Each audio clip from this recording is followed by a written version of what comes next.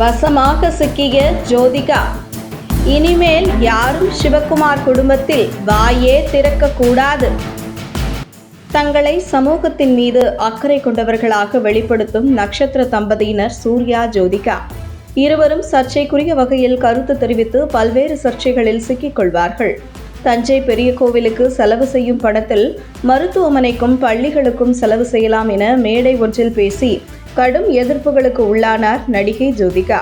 அடுத்தவர்களுக்கு அறிவுரை சொல்லும் சமூகத்தின் மீது அக்கறை கொண்ட இந்த குடும்பத்திற்கு ஊரே அட்வைஸ் செய்யும் வகையில் இருக்கும் இவர்களின் ஒவ்வொரு நடவடிக்கைகளும் கடந்த வருடம் சிவகுமார், சூர்யா மற்றும் குடும்பத்தினர் கீழடி அருங்காட்சியகத்தின் உள்ளே சென்று பார்வையிடுவதால் அங்கே அருங்காட்சியகம் சென்று பார்வையிட வந்த பொதுமக்கள் மற்றும் பள்ளி மாணவர்கள் உள்ளே அனுமதிக்கப்படாமல் அருங்காட்சியகத்தின் நுழைவு வாயில் அடைக்கப்பட்டிருந்தது.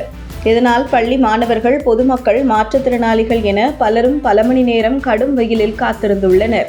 இந்த நிலையில் சிவகுமார் குடும்பம் கீழடி அருங்காட்சியகம் வந்த காரணத்தினால் தனி ஒரு குடும்பத்திற்காக மாணவர்களும் பொதுமக்களும் உள்ளே சென்ற சிவகுமார் மற்றும் அவரது குடும்பத்தினர் வெளியில் வரும் வரை கடும் வெயிலில் கால் கடுக்க காத்திருந்த நிகழ்வு சிவகுமார் மற்றும் அவரது குடும்பத்தினருக்கு எதிராக மக்கள் மத்தியில் கடும் கண்டனம் எழுந்து வந்தது குறிப்பிடத்தக்கது. மேலும் ஏழை மாணவர்களுக்கு அரசு பள்ளிகளில் கொண்டு வரப்படும் மும்மொழி கல்வியை எதிர்த்து நரம்பு புடைக்க பேசும் சூர்யா, அவருடைய 2 குழந்தைகளும் மும்பையில் படிக்க வைப்பதன் மூலம் பல மொழிகளை கற்றுக்கொண்டு அவர்களின் எதிர்காலமும் மிகவும் சிறப்பாக அமையும் என்கிற நோக்கில் சென்னையில் படித்துக் கொண்டிருந்த 2 குழந்தைகளையும் மும்பையில் உலகத்தரம் வாய்ந்த மிகப்பெரிய பள்ளியில் சேர்த்து படிக்க வைத்து வருகிறார்கள் சூர்யா, ஜோதிகா தம்பதியினர்.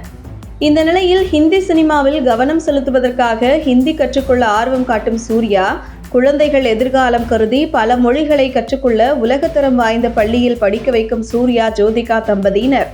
ஆனால் அரசு பள்ளியில் படிக்கும் ஏழை மாணவர்கள் விருப்பப்பட்டு 3 மொழிகளை இலவசமாக படிக்க மத்திய அரசு ஒரு திட்டம் கொண்டு வந்தால் அதை எதிர்த்து பக்கமாக அறிக்கை விடுவார் சூர்யா.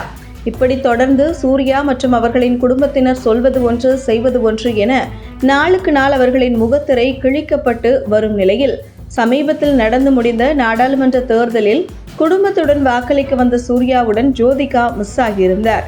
எங்கடா ஜனநாயக கடமையாற்ற வேண்டிய சமூக போராளி, பெண்ணியவாதி ஜோதிகா என மக்கள் சல்லடை போட்டு தேட ஆரம்பித்தார்கள்.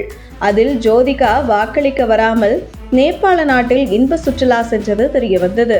இதனைத் தொடர்ந்து முதலில் உங்க குடும்பத்தில் இருப்பவர்கள் ஜனநாயக கடமையை செய்யுங்கள், பின்பு ஊருக்கு உபதேசம் செய்யலாம் என சூர்யா குடும்பத்தினர் ரவுண்டு கட்டி பலரும் விமர்சனம் செய்து வந்த நிலையில் தற்பொழுது ஏன் வாக்களிக்க வரவில்லை என எல்லோரும் அசந்து போகும் வகையில் ஜோதிகா பேட்டி கொடுத்துள்ளார். அதில், நான் ஒவ்வொரு தேர்தலிலும் வாக்களிப்பேன். சில நேரங்களில் வேலை காரணமாக வெளியூர்களில் இருக்க வேண்டிய சூழல் ஏற்படுகிறது, உடல்நலக்குறைவு ஏற்படுகிறது, சில தனிப்பட்ட காரணங்களால் ஊரில் இருக்க முடியாத சூழல் ஏற்படுகிறது. அதுபோன்ற காரணங்களுக்கும் முக்கியத்துவம் தர வேண்டியதாக உள்ளது என ஜோதிகா பதிலளித்துள்ளார்.